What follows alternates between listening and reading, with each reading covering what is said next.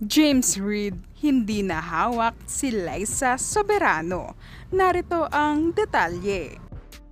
Welcome dito sa The Chika! Pero bago ang lahat, kung hindi ka pa nakapag-subscribe, mag-subscribe ka na para updated ka sa aking mga bagong chika. Kinumpirma na nga ng talent management na pinamamahalahan ni James Reid na wala na nga sa kanilang pangangalaga si Liza Soberano.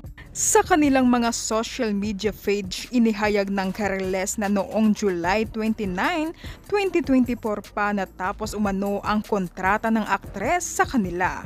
Liza Soberano is no longer under Careless Music Management effective July 29, 2024.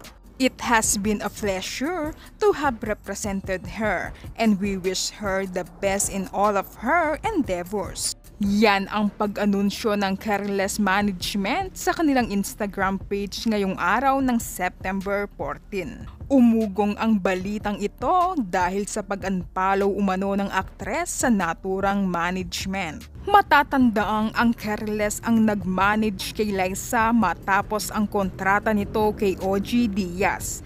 Nanghihinayang umano si OG Diaz sa karil ni Liza sa Pilipinas na sana'y pinagpatuloy ng aktres kasabay ng pagtupad ng kanyang pangarap sa international.